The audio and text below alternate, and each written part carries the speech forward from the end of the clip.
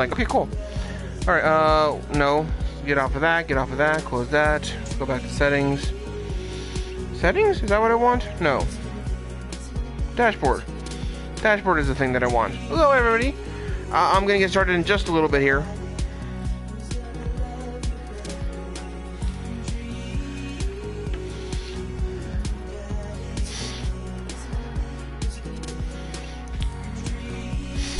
Alright, I'll wait a couple more minutes, see if anybody else shows up. I will practice in the meantime here just for a little bit. So, just a heads up if you have not seen what I'm doing here. This is a blind playthrough for me. I'm almost halfway through the game now, I think. I don't know, it's hard to describe. You can tell what's the events I've already done. I've done first night with most people, second night with about half of them. And so, I'm trying to go through all the options before I start committing to a third date, because commitment is hard. Alright, that being said, so I have done Hugo's first date. So again, spoilers if you have not seen this stuff yet. Walk that bird. I don't remember how you do this.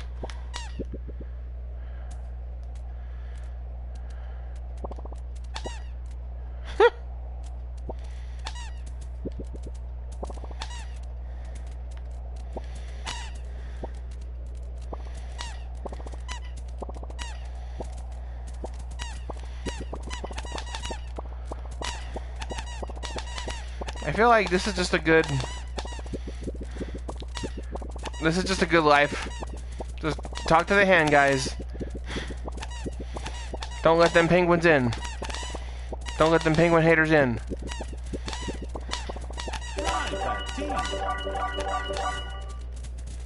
Wow, that worked out. Close the gate, close the gate. I kind of wish I had done that in my first playthrough. That would have been a lot better.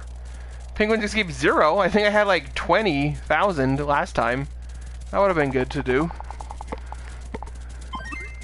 Who knew all I had to do was just... That was a weird staticky noise. Huh. When you're parking uphill, make sure to turn your tires toward the street. That way, in case the parking brake fails, of course, you can go in the other direction. Alright, that being said, let's get started. Alright, evening everybody, Augie here, and so this is our continuation of Dream Daddy, and so I have done a few things here.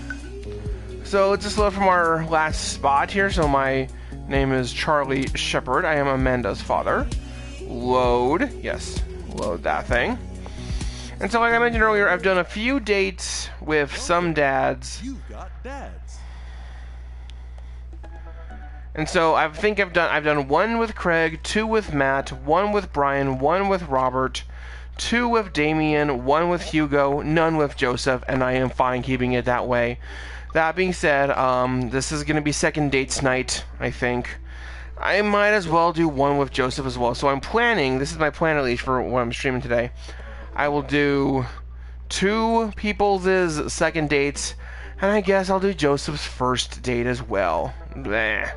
You can tell my enthusiasm for this is not quite that high. Alright, so I think what I'll do Brian for sure today, Hugo maybe, and then Joe's. Yeah, let's do that. Let's do Brian, Hugo for their second dates, and then Joseph on his first. Ugh. I'm just getting weird. I've been getting weird vibes that entire time. Anyway, okay, so back to Brian. So first night went well. We did the mini golf things, and he likes cooking and fishing and things. And I was like, I know how to fish, and I don't know how to fish, nor do I know in real life how to fish either. I have never been that kind of a rougher, although I did like eating roughy. Except now that's really rare to find because I don't think they were sustainably farming it. Let's see here. Oh, I have a message from Brian. Hey, Daisy and I are going fishing tomorrow. Are you in or you out? I've been dreading this day. I accidentally boasted about my abilities as a fisherman to Brian, and now he is challenging me to another dad off. I've been doing my fishing research online, but I'm nowhere close to being an expert. Still, though, I have to accept. I type back. Sounds great, man. Super excited to catch all of those fish. make sure your mower is in good working order because you're going to be all over my lawn this weekend. And I totally just misinterpreted that as a giant innuendo, and that works in multiple directions. That'll show him. Brian responds back, letting me know that tomorrow he'll pick us up at an hour I had previously forgotten existed. Oh, this is going to be off to a rough start, so probably like 4 a.m. or something like that. Amanda comes into the room from the kitchen, eating a cheese stick by peeling it off, piece by piece, like some kind of monster. I did not raise you like that. What? It's called string cheese, not chompy cheese, for a reason, Amanda. Did you just call me in here to criticize my controversial string cheese eating technique, or what? No, we have to go fishing tomorrow. Well, you have to go fishing. I get to play with Brian's dog. How do I become a master of fishing overnight? You went fishing in the Girl Scouts, didn't you? No, my stint in the Scouts was brief and purely transactional. I thought I could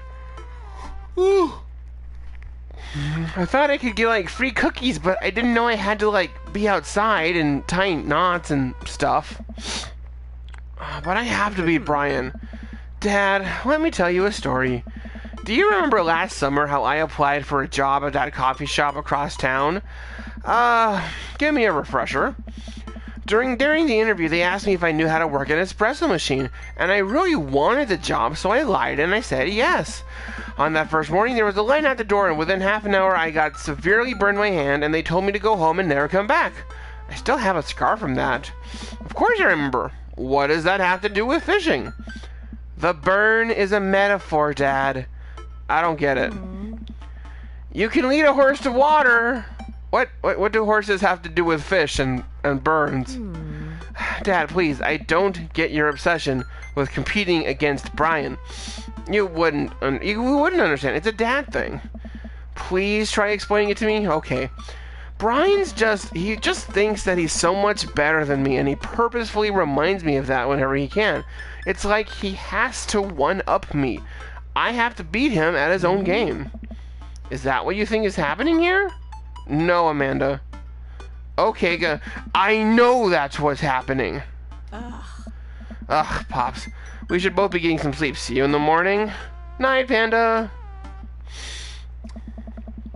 I brush my teeth and throw on some jammies.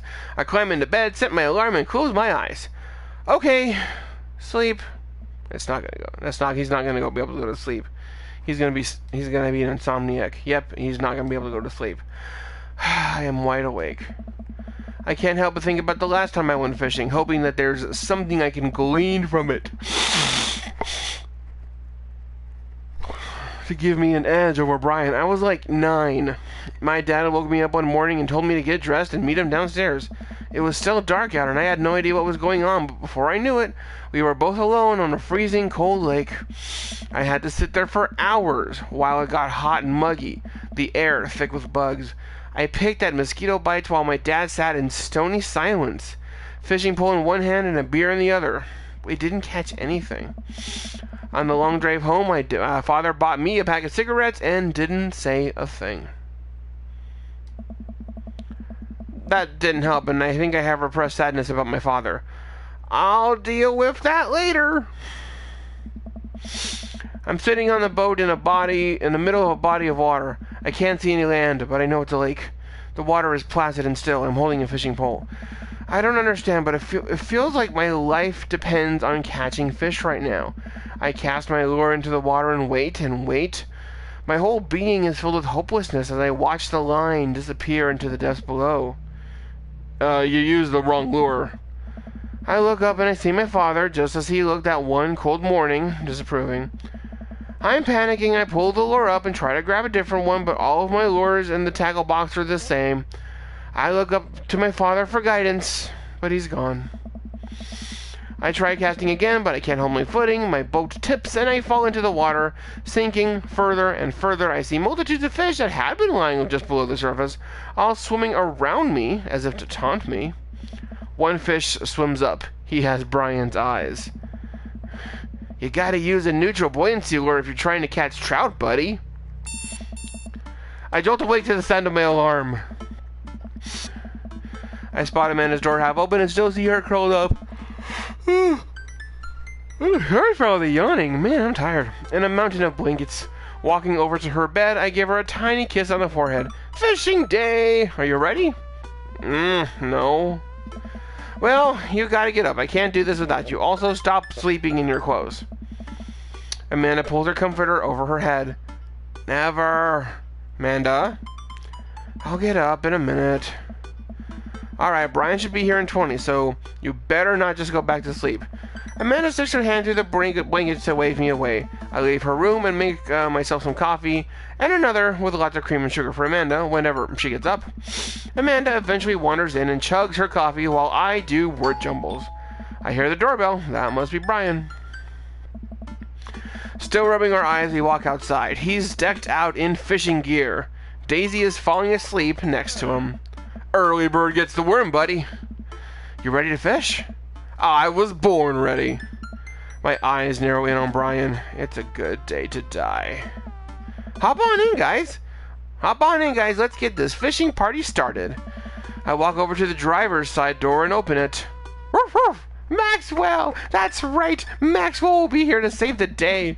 Brian's dog immediately hops into the driver's seat, wagging his tail furiously. Can I see your license, sir? Oh, Maxwell let Charlie sit. Maxwell obediently hops into the back to cuddle with Daisy. Amanda settles in next to Maxwell and Daisy and immediately falls asleep. Ready for an adventure? I'm ready for glory. I struggle to stay awake as we drive to the outskirts of town. Country music plays quietly from the radio as I watch the trees pass by. So, where exactly are we headed? It's about an hour north of here, a little spot I've been going to since I was a kid. My dad used to take me there all the time. I don't think anybody else knows about it. It's going to be the exact same lake, isn't it? I brought everything we need so that we can catch some trout, have a nice campfire, enjoy nature. My fishing pole's in the shop. Getting it tuned up. Do you maybe have an extra I could borrow? But of course, it's probably not as nice as it sounds like yours is, though. No, right. I'm digging a hole here. I stare out of the forest, lining the highway. The sun is just barely over the horizon, scattering dusky pink light through the trees. For a split second, I spot a deer grazing on the side of the road, before it leaps back into the brush. After a nice quiet drive, Brian eventually tells me to pull off the highway and onto a dirt road. The car bumps along until we reach a clearing that opens up to a magnificent lake. Well, here we are. I step out and help Brian unload our gear as Maxwell runs around us barking. The kids wake up and wander to the shore where Daisy tries to teach Amanda how to skip rocks. Brian and I carry the tackle boxes and cooler down to the edge of the lake where he has a canoe waiting. Oh, great, it's still in one piece. Hold on, help me out with Maxwell. I help Brian place a tiny dog-sized life vest onto Maxwell. Ruff, ruff. Alright, your turn. Oh, I get to wear a tiny dog-sized life vest too? Brian hands me a lime green life vest.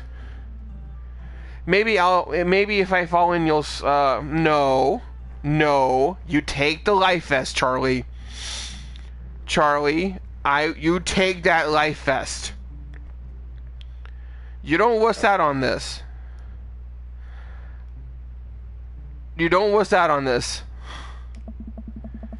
If I fall in, I'm counting on you to rescue me. Suit yourself. Oh, eggplants. All the eggplants. Brian turns over to Amanda and Daisy, who are still skipping rocks. You kids want to fish? I don't get with just throwing rocks in the water. Amanda hurls in a rock into the pond with gusto. Yeah, take that, water. Amanda, you're supposed to be skipping them. Is that what we're doing? Daisy, don't you want to fish? I think catching fish is kind of inhumane. We're gonna go exploring the woods and look at bugs and stuff. Alright, be safe, don't go too far. Brian puts the life vest around himself, you see? Don't be overly confident on those things. As we throw all of our equipment into the canoe, Maxwell happily jumps in and takes his place looking out over the front of the boat. I get into the canoe as Brian shoves off. We paddle together to get ourselves into the middle of the lake. Oh, it's just